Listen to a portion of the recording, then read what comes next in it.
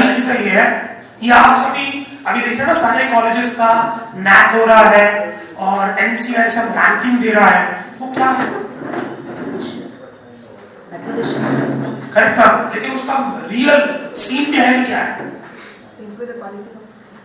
Real scene behind क्या है? Normal वो आपके लिए समझ में आ रहा है, बट उसके बिहाइंड दी सीन कुछ हो रहा है. What is the behind the scene? Standardisation. Madam that is happening behind the scene. इतना सब कुछ क्यों करवा रहे हैं पिछले 10 साल में? पहले कहां थी सारी गवर्नमेंट्स जिनके दिमाग में ये स्टोरी नहीं थी? कोविड के बाद इतनी स्टोरी इंक्रीज क्यों की जा रही है? The scene behind is call the foreigners to the India for learning the Ayurveda sciences. Modern medical science उनकी कंट्री में हमसे अच्छी है, टेक्नोलॉजी उनकी कंट्री में अच्छी है, बट एक चीज जिसके लिए, क्योंकि इंटरनेशनल जब आप जाते हैं, I represented many international seminars में आए हुए विश्व, तो वहां पर रिप्रेजेंटेशन है आयुष मिनिस्टर राजेश कटुजा जी के साथ बहुत टाइम स्पेंड किया है. उनका ये कहना है कि इंटरनेशनल स्टूडेंट्स को इंडिया बुलाने के लिए उनकी कंट्री के अंदर स्टैंडर्ड मांगते हैं. अगर आज पेशेंट को भी इंडिया बुलाना है तो वो कहते हैं you caste certificate, anywhere certificate क्या आपके पास है या नहीं है. जब तक नहीं है they won't consider the patient is in safe hand. इसी प्रकार इसीलिए NCISM ने स्टार्ट किया ये प्रोटोकॉल. पुजारी जी ने साफ-साफ शब्दों में बताया, जो NCISM के अभी प्रेसिडेंट रहे हैं, उन्होंने कहा कि government has given very clear instructions to us, make our colleges high standard. It's not the premises, all the teaching faculty protocols systemization they require. इसीलिए आज की डेट में देखें तो सबको क्या किया, एविडेंस बेस कर दिया. हर कॉलेज को बुलाया, आपकी क्लासेस कैसी होती हैं, आपकी कल्चरल एक्टिविटी कैसी होती है. अगर आप कंपेयर करें तो ऐसा कोई आयुष का सेक्टर पढ़ाई के लिए स्टैंडर्डाइजेशन का प्रोटोकॉल नहीं था. NCISM जब बना है तो इसको, क्योंकि CCR में प्रोटोकॉल था ही नहीं, NCISM जब बनाया तो इसमें प्रोटोकॉल जोड़ा गया कि हमें कॉलेज की भी स्टैंडर्डाइजेशन करनी है, खाली एफिलिएशन नहीं देनी है. CCR was only meant for giving the affiliation, कि इतना बड़ा कॉलेज है, ये फैकल्टी है, तो आपको एफिलिएट कर दिया, आप स्टूडेंट ले लो. No, this certification is not for affiliation. This certificate is to make your college standardise, not Indian level, international level. उसी के ऊपर नेक्स्ट प्रोटोकॉल है ये इश्यूज है. Next slide please. AYUSH visa. ये आयुष वीजा क्या है? Anybody has tried for this? No, I have tried for this. I'll tell you this. How I did it. Next slide. Next slide. International Ayush market. Globally, हमारी government ने already around 96 countries के साथ में 96 countries के साथ में MOU sign किया है for taking the patient, giving the medicine, giving the education. यानी ऑलरेडी 96 कंट्रीज के साथ MOU साइन आयुष मिनिस्ट्री कर चुकी है. This is a clap for everyone that we have already done this job. I'm not talking about Modi ji. I'm not talking about. I'm non-political man. What I'm saying is the government. Whosoever does it, but it is already done. ये उसका evidence है. आप इसके बारे में ये आप पढ़ सकते हैं. 15 MOU has been signed with International Institute for setting up Ayush academic chain in foreign nations. यानी academic chain, अगर आज हम कहें कि अमूल्य आयुर्वेदा कल को अपना इंटरनेशनल academic chain डेवलप करना चाहे तो इन 15 कंट्री में ऑलरेडी गवर्नमेंट साइन कर चुकी है.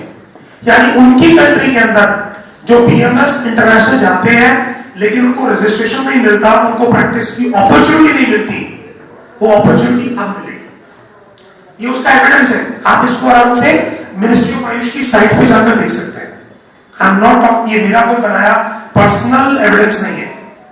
Ministry of Ayush has provided support for establishing 39 Ayush information cells in 35 foreign nations. Yani anybody who does an inquiry about Ayurveda 39 country में आयुष सेल ऑलरेडी एस्टैब्लिश कर दिए जा चुके हैं। It is already been done. तो मैम आपको पता थी ये बात? But these informations are not circulated in our fraternity. Madam actually this thing is, हमारी फर्टिलिटी में सिर्फ एक ही चीज बताई जाती है कि आप अपने एलोपैथिक राइट्स की बचाव कैसे करें। मैडम सब डिमांड एंड सप्लाई की गेम है पूरी पूरी। हमारी डिमांड ही यही है कि हम इंजेक्शन लगाए तो हमको कोई सीएमओ ना पकड़े। आप डिमांड ही वही क्रिएट करते हैं तो सप्लाई भी वही आएगी। आपने कभी ये डिमांड क्रिएट करी कि भैया हमको जानना है कि आयुष प्रैक्टिशनर आयुष की प्रैक्टिस में क्या क्या कर सकता है? Demand supply madam. अभी आप कॉफी मांगेंगे कॉफी देगा ना, आप टी मांगेंगे तो नहीं देगा। आपने मांगा पानी, आपको पानी मिला। तो अपनी डिमांड क्या मांगी है? एलोपैथिक राइट्स बीएमएस के सेल कैसे हो, आप मांगी हुई दे तो मिलेगा भी वही। ये सर्कुलेशन आयुष मिनिस्ट्री की वेबसाइट से मैंने निकाला है। There's nothing between me and you personally, there's nothing। ये तो मैंने साइट से निकाला है। मुझे क्या पता किस कंट्री के साथ एमओयू हुआ है? ये तो गवर्नमेंट लिख रही है अपनी वेबसाइट के ऊपर। ये जो जाधव साहब है, जो आयुष मिनिस्टर है, उन्होंने 100 दिन के अपने जो सबमिट किया था संसद के अंदर पार्लियामेंट में, वो यही सबमिट किया था। और ये अगर आप कभी भी उनकी स्पीच सुनेंगे जब जाधव साहब, अच्छा आप स्पीच किसकी सुनते हैं? आइए में क्या कहता है? हम कभी स्पीच सुनते हैं आयुष मिनिस्टर क्या कहता है? हमने सुनी नहीं, हमको पता ही नहीं। Then ministry of corporate affairs to represent Ayush product ahead, इसके लिए भी उन्होंने एमओयू साइन की है। ठीक है, ये ऐसे बहुत सारे एमओयू हैं जो आपको मिल जाएंगे। अब एक अलग से प्रोटोकॉल स्टार्ट किया है फार्मेसी को, खाली अब जीएमपी लेने से नहीं होगा, उसको WHO सर्टिफिकेशन लेना है अगर उसे इंटरनेशनली अपनी मेडिसिन बेचनी है तो। WHO सर्टिफिकेट, और उसका हब कहाँ बनाया है, कौन से स्टेट में बनाया है WHO का हब? डॉक्टर साहब आपसे पूछा मैंने। हाँ जी, देखो नहीं पता। 2022 में जामनगर के अंदर मोदी जी ने WHO का आयुष का हब वहीं एस्टैब्लिश किया जामनगर यूनिवर्सिटी के अंदर। एक पूरा डेडिकेटेड बिल्डिंग दिया है केवल इसी काम के लिए। और उसका पर्पस क्या था? अब आपको पर्पस समझ में आया कि फार्मेसी को WHO सर्टिफिकेट लेना है if they want to export the medicine internationally. ये सब क्यों हो रहा है सर? मान लीजिए सर आप फॉरेन गए, आपको रजिस्ट्रेशन भी मिल गया, अब आपके पास दवाई नहीं है, आप प्रैक्टिस कैसे करेंगे? तो जो WHO सर्टिफाइड मेडिसिन होगी, जो फार्मेसी, उसी की दवाइयां उनकी कंट्री में परमिटेड होगी। जब भी हम यहाँ से एक्सपोर्ट करेंगे तभी वो परमिशन होगा।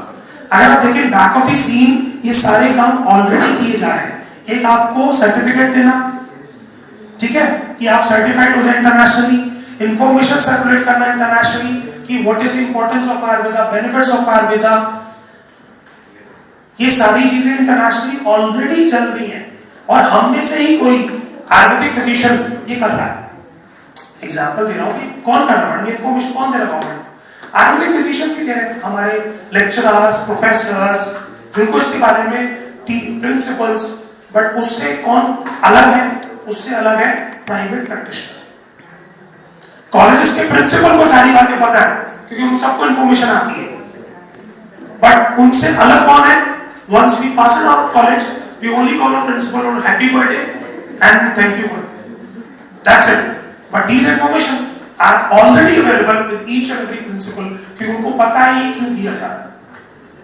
फॉरेन से कॉलेज में एडमिशन ले लेते हैं बच्चे, बट उनको वहां पर रजिस्ट्रेशन नहीं मिलता है।